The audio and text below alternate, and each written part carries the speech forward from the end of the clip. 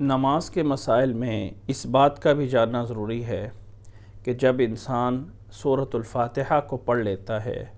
تو سورۃ فاتحہ کے پورے ہونے پر آمین کہنا یہ اللہ کے نبی صلی اللہ علیہ وسلم کا عمل ہے۔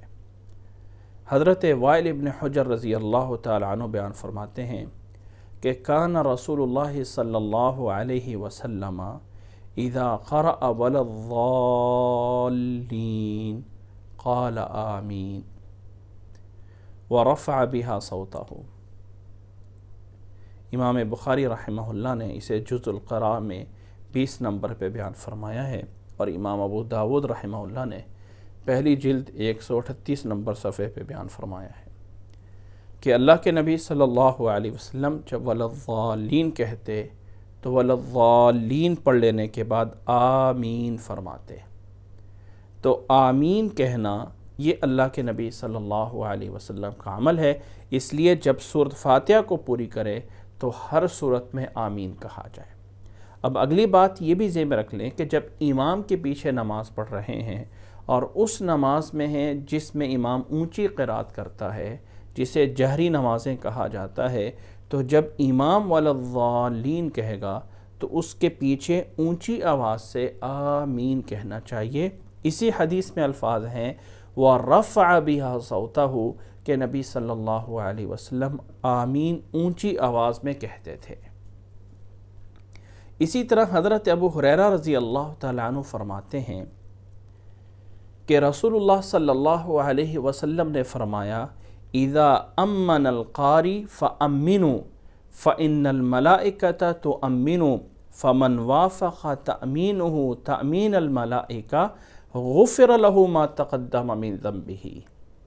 اس حدیث کو امام بخاری رحمہ اللہ نے 6402 نمبر پہ بیان فرمایا ہے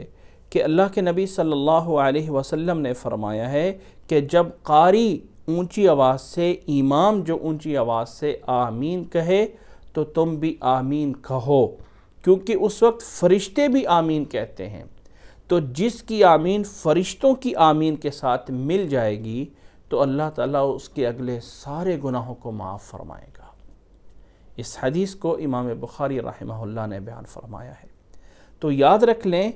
کہ آمین کہنے میں امام کے ساتھ موافقت کرنا ہوتا ہے، کیونکہ اس میں مقصود یہ ہے کہ فرشتوں کے ساتھ موافقت کی جائے۔ تو امام اور پیچھے پڑھنے والا نمازی مقتدی دونوں کو چاہیے کہ آمین برابر سے کہیں۔ امام سے پہلے نہیں شروع کرنی ہے، امام کے بعد میں کہنے کی گنجائش ہے، لیکن بہتر یہ ہے فرشتوں کے ساتھ ملنے والی فضیلت لینے کے لیے اگر امام اور پیچھے والا مقتدی برابر سے آمین کہہ دیں تو اللہ کے نبی صلی اللہ علیہ وسلم کی اس حدیث سے یہی مفہوم نکلتا ہے۔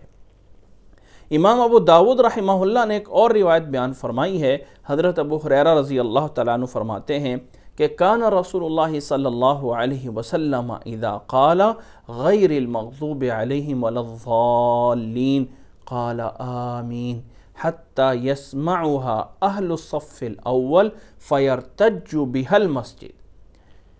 کہ اللہ کے نبی صلی اللہ علیہ وسلم جب غیر المغضوب علیہم ولا الضالین کہتے تھے تو آمین کہتے تھے،